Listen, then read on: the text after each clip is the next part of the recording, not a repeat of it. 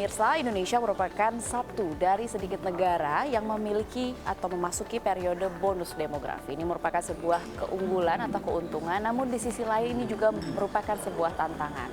Mengingat ada pergeseran generasi, yakni yang tadinya yang merupakan atau yang mengisi tenaga kerja dan juga dunia usaha adalah generasi boomers dan juga milenial, kini diisi oleh generasi baru, yakni generasi Z dan juga penerusnya. Dan seperti yang kita ketahui, Indonesia juga punya goals besar lain, seperti misalnya pembangunan IKN hingga Indonesia menuju negara maju atau Indonesia emas, kemudian juga upaya dunia untuk mencapai net zero emission lewat value sustainability. Di tengah kondisi ini, di tengah keuntungan dan juga tantangan, lalu apakah yang bisa menjadi penyelesaian atau upaya yang bisa dilakukan untuk mencapai banyak tujuan ini? Inilah yang akan menjadi topik utama dari forum hari ini yang berjudul Sustainability Today, Legacy for Tomorrow yang diadakan oleh IABC Indonesia.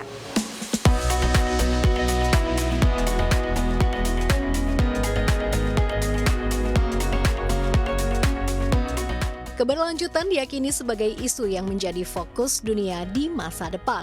Hal ini yang menginisiasi International Association of Business Communicators atau IABC Indonesia Chapter untuk mengadakan IABC Mid-Year Conference 2023 dengan tajuk Sustainability Today, Legacy for Tomorrow di Jakarta pada Jumat 14 Juli 2023 lalu.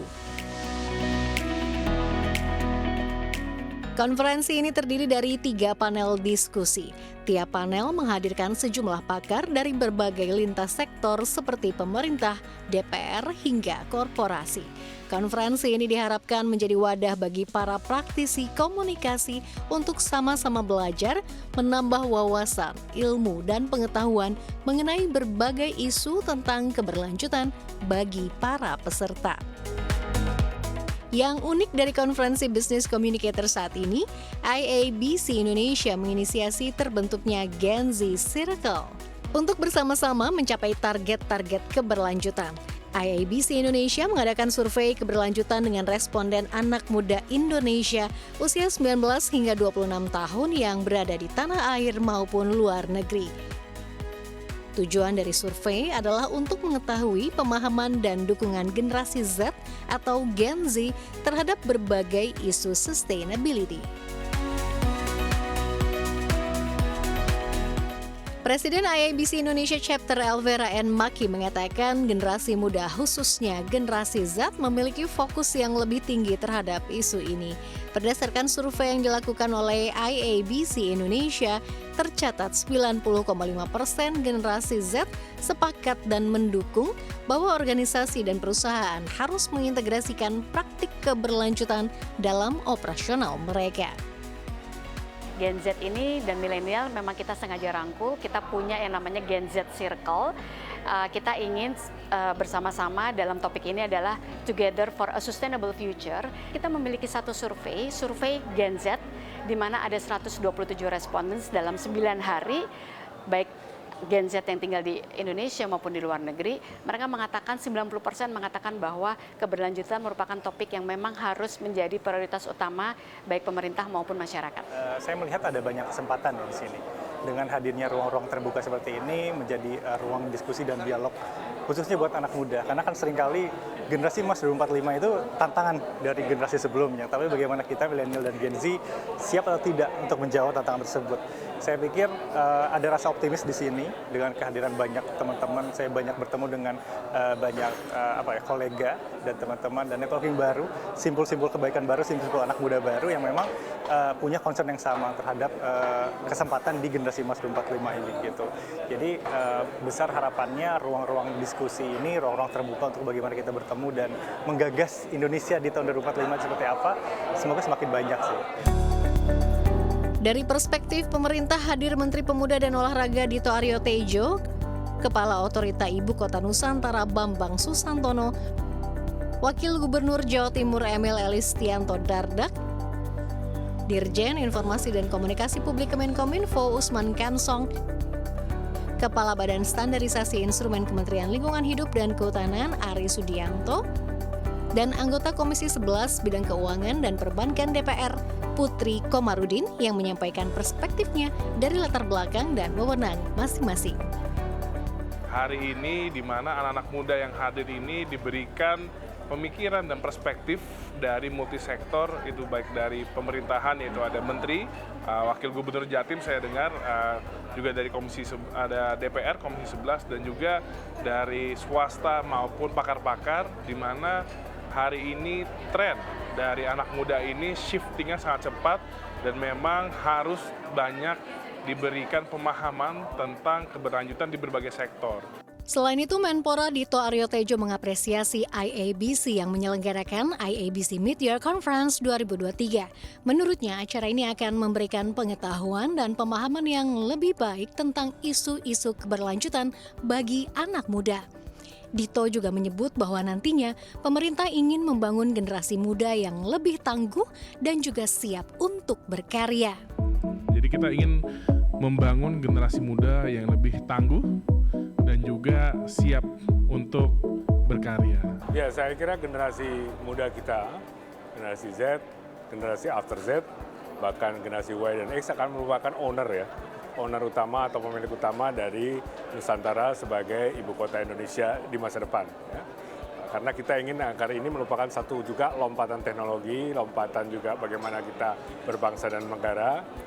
Dan Presiden juga sudah mencanangkan bahwa ini nggak cuma kita membuat satu kota dengan atribut fisiknya, tapi justru bagaimana kita melakukan 3 hal, cara kerja baru, cara belajar baru, dan cara berkehidupan yang baru.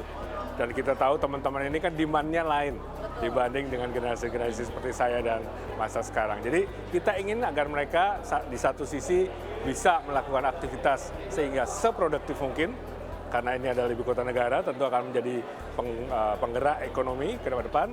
Tapi di sisi lain juga kita ingin mereka juga lebih fun, gampangnya gitu ya.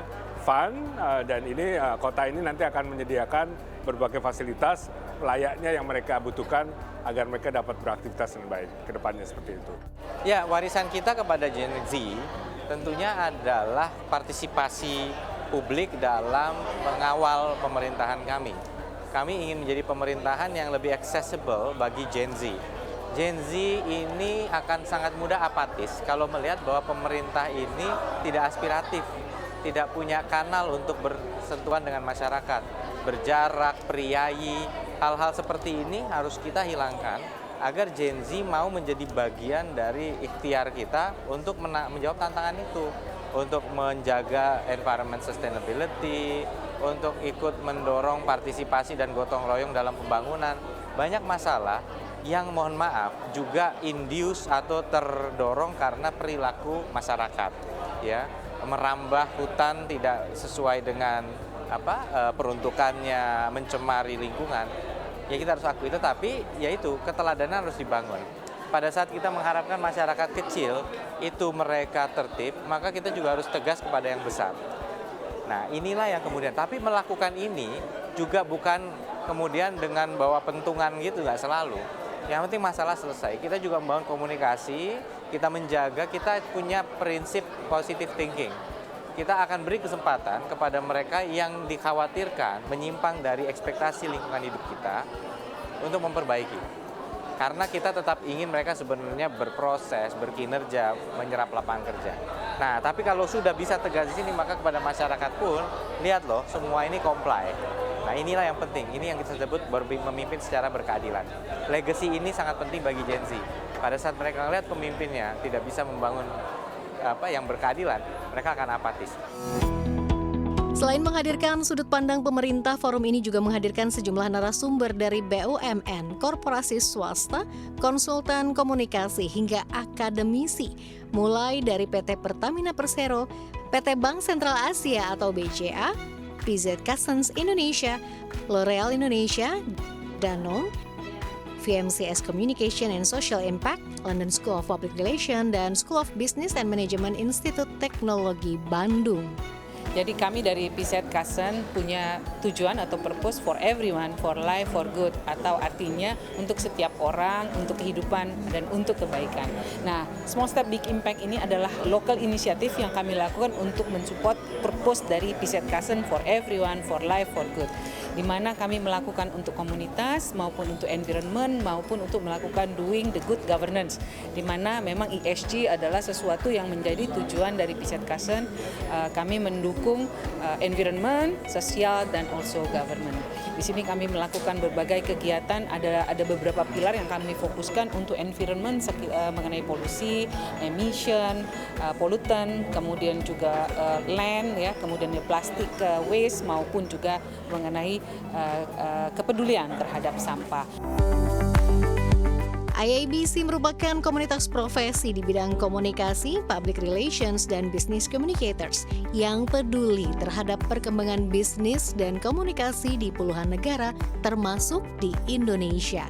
IABC berperan sebagai pemantik dan katalis dalam menggaungkan isu-isu keberlanjutan sebagai satu kekuatan untuk kebaikan dalam bisnis dan bagi masyarakat.